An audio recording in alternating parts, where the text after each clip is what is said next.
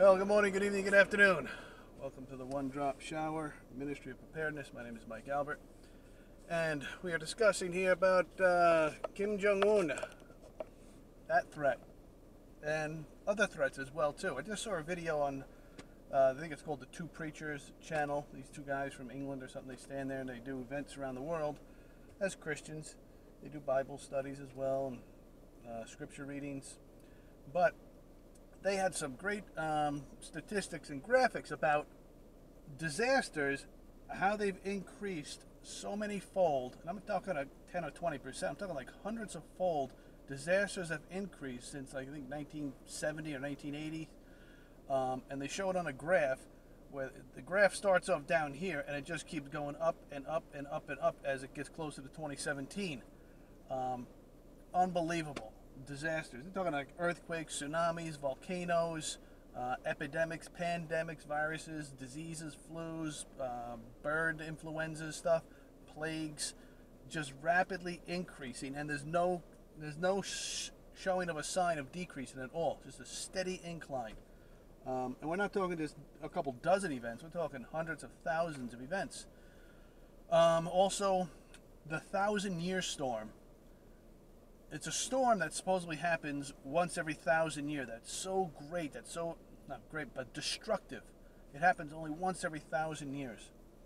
There have been 5 of those in the past, I don't know, the past couple of years. It was a short time period. It wasn't anything like 1,000 years, but there's been 5 of them. Instead of 5,000 years, once every 1,000 years, there's been 5 of them in the past couple of decades.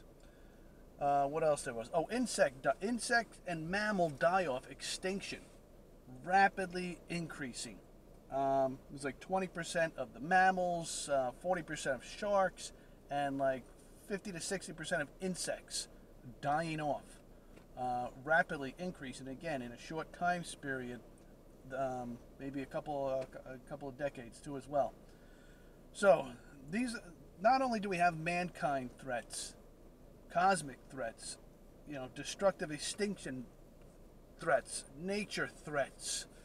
If you guys have not yet given your life to Jesus Christ, you're out of your mind, because you got one chance, one opportunity to get to heaven. You want this little short time span of earth here as a speck of dust of time, from birth to 50 years, 100 years if you're lucky?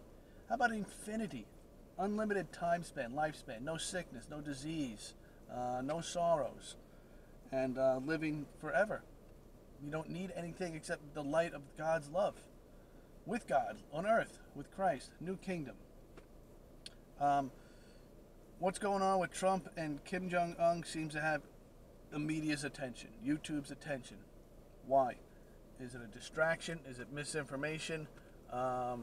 Is it something, look right, don't look left, towards perhaps something like the solar eclipse coming up, which is very suspicious, and things just don't line up. I was listening to, was it Steve Quayle or Gil Brazard, I think it was, on an interview, how he explains that the moon's trajectory passing in front of the sun and the earth is over here, that shadow, based upon the size of, the relative size of all these 3 objects, earth, moon, sun, and the time trajectory of their rotation, revolutions around the sun, around each other, etc., should be only 3 minutes long. 3 minutes. This path from the northwest to the southeast of a whatever span of mileage of shadow, of darkness, is 3 hours long. He can't explain how that is, other than it's another object that is passing in front of the sun, casting its shadow as well, that we're not being disclosed of, that's perhaps cloaked. Planet X, Nibiru, quite possibly as well. A lot of fear-mongering out there, a lot of saber rattling. Is it just to stimulate the economy? I don't know. Is the economy collapsing? Hear a lot about Bitcoin, a lot about this September stock crash, which I could care less about, because stock to me is wipe it out. What does it matter? It's all fabricated thin air money as far as I'm concerned, like credit or the national debt. You know, I want land, food, water. You know, I want these resources. So, the purpose of this video is to make sure that you guys understand that we are on a threshold of a point of no return. It's happening right now. We're in the middle of it. And we're not going to survive much longer based upon all these examples. Hard fact, truth. This isn't hearsay or myth or fear-mongering or, you know, trying to win souls, you know, to Christ, or, you know, trying to get donations or anything. This is just what's going on in the world. Fact, undisputable evidence that is your concern. It is your business. What are you doing about it to resolve your survivability? You got car insurance, health insurance, house insurance. How about survival insurance?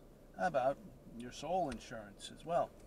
We're all going to die. We come from clay and dust and the earth, and we're going to go back to that as well, and God will return us to his glory and his kingdom the way he did it in the beginning. He's a being that can do this. Don't ask me how. But you got to know where you're going in the event of something happening catastrophic. I'm in Long Island. I'm on an island. There's bridges, tunnels, cut off. Something major happens. The fish and the animals dying off too. Dear Lord. You guys have been watching my videos. You see the map that I display to you. All these things going on around. Yesterday I couldn't keep up with it. The red alert kept popping up. 6.7 quake happened just in Dutch Sense was in the middle of doing his broadcast. It happened. Where the heck was that? Indonesia, I think it was. No tsunami. Praise God. If it was a magnitude higher, it'd be a tsunami. Excuse me. Are you prepared for any of these events to unwind rapidly, catastrophically, apocalyptically? Are you ready for that? You have to be. At least your mindset. You can't afford to get this or that or the time to put into this or this. At least have your mind set. At least have a couple of books on know how to survive. At least you can get out and then start then from scratch. Bare basic minimums. How do I recognize plants in my area? Trees, elevation, build a basic structure, you know, core body temperature, foraging, fishing, all things we should have learned as a child, at least growing up. If you went to Cub Scouts, you saw a couple of movies or videos, bare basic minimums, living off the land, off nature, homesteading, and you know, cooking, avoiding things are very, very important. How to avoid, you know, people first and foremost until you get settled into an area or know exactly how the masses of the population is being controlled in the aftermath. You know, Kim Jong-un doesn't have to nuke us. He could set off an EMP above our atmosphere here. Everything's wiped out electronic within a certain radius, or if it's high enough, 300 miles high, the whole entire country is wiped out. Nothing electrical. That's when everything falls to pot. Everything stops as far as services that we know now that exist. So turn back the hands of time a couple hundred years, 300, 500 years. How are they doing it then? And what do you know about that time period that you can duplicate on your own 3 times each instance? You know, firewood, starting a fire, foraging, even what can you eat? What is edible? I would prefer as a Christian to be biblical and edible. What is your skill set? Let's check my battery here. To find water, to purify water. I mean, if that's not your priority, water should be such a high priority on your list. I've been doing videos on water. I think I'm past that now, doing something else. Maybe I still am on water. I don't know. I forget it's Sunday, the 13th, I think, of August 2017. You got this week coming up. You know, Kim Jong-un's supposed to set off 4 missiles, which he has already locked and loaded, off the coast of Guam. Got to go over Japan to do that. It's been disclosed recently that he does have 2 satellites a day passing over the United States. I think 1 twice a day or 2 once a day. I forget what it was. But they're there. and he did prove this actually last year. I think it was over a football game or something. Get yourself a waterproof Bible. Very important. Floats. We got them for sale on our website for $99. OneDropShower.org. Survival supplies you could get on our website, ambertracks.com, and survival lessons. If you're on the East Coast here, Northeast Coast, New York Central area here, I can do lessons for you daily. You can hire me one-on-one for you and or your family. Stockpiling, bunker building. We build bunkers, custom or prefabricated. WorthingtonBunkers.com is the website. That's WorthingtonBunkers.com. I'm not trying to get you to panic. I'm just trying to get you to think outside the box. If it's not coming from man, which more than likely it's not. This is more than likely just some theater show, saber rattling, chest puffing, beating, whatever it is. Distraction, disinformation, for political gains of some sort or another, sanctions, who knows what. If that's not coming from man, we have all these other disasters going on around us that doesn't have to happen in your area for it to affect you or the whole entire world. Tsunamis, these floods, I guarantee, and it's going to be too late saying I told you so, that our next problem is going to be microscopic. Some sort of viral disease that just wipes out 90% of the population. And it could happen right now. It could be spreading. We won't even know. But you ever see that movie, what was it with Brad Pitt, 12 Monkeys? It just got on the plane. This guy did it on purpose, too. I'm talking about accidents. You think about psychotics that could do things on purpose, that work at laboratory, that they broke up with their husband or their wife or something. They're going to commit suicide. But I'm going to take out 90% of the world first with me as they're leaving the Centers for Disease Control with a vial full of bubonic plague that they're going to go spread on the plane, and then they're going to go spread on a train, and then they're going to spread in the Grand Central Station in Manhattan, and just spread it around. 2 or 3 days later, the world is infected with the bubonic plague. And the bubonic plague is here. It's in Arizona right now, in prairie dogs. They keep coming up with more and more cases on these fleas. It's a flea I'm talking about. You think that's not going to spread? Think they're trying to contain it right now and quarantine it and eradicate whatever areas that they think it might be in. You see these zombie movies or some, what was it, Outbreak, I think it was, from the 80s or something with Morgan Freeman. And, their biggest fear, he said, our biggest fear is a hitchhiker or some sort of traveler getting past their barricade, escaping from their quarantine area. How much easier is it for a flea to get a hitch a ride on a bird or a rodent, or that rodent gets eaten by another animal and that virus is inside them and it spreads? That website that I constantly do with you guys now, they had a new link starting last year. It was called Bird Flu, and it was a special link highlighted in red that you clicked on. It showed all the bird flu spreading throughout Asia. It made it to Manhattan. 3 cases. That's all it takes is 1 case. 3 cases were in Manhattan because it got so bad in November and December. Is it still here? I don't know. Is it dormant? Maybe. Is it coming back? Definitely.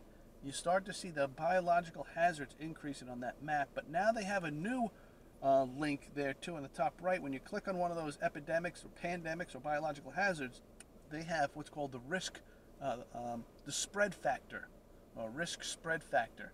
You click on that, and it shows you the trajectory of the possibility of this spreading across the world through planes. They show all the flights of the planes going in and out of that area on a daily basis, maybe hourly, I don't know. But it's scary to see that. And they show, and you zoom out and it says, oh, look where it's going. It's going all over the world, all these planes, intercontinental travels. And then you got, animals traveling. You have people traveling on other sources of transportation, such as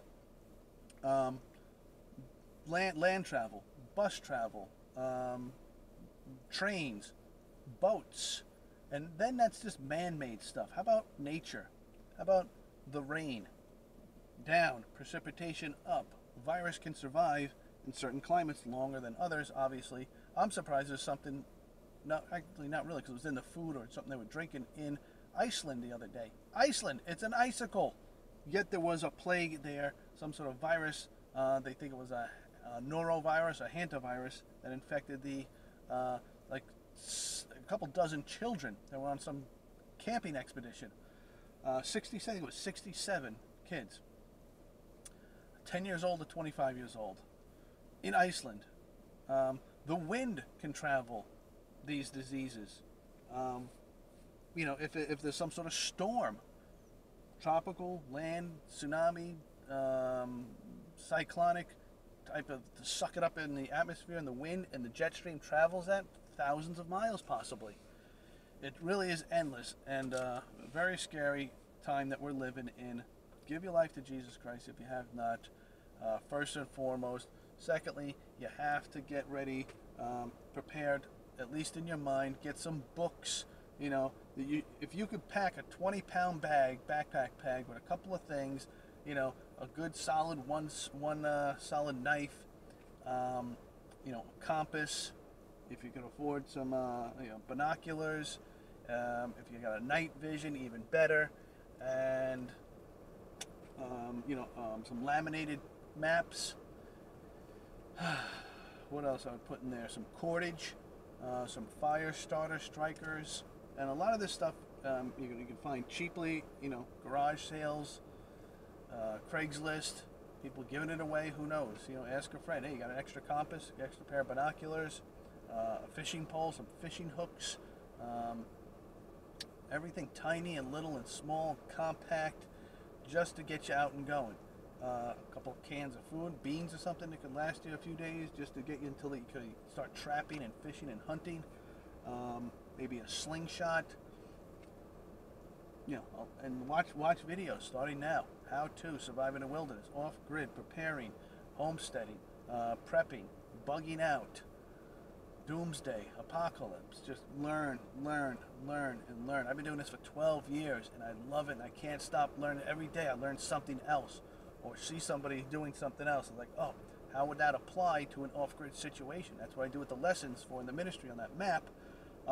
It's not for winning souls to Christ, showing you guys how to what's going on in the world. That's not in the media.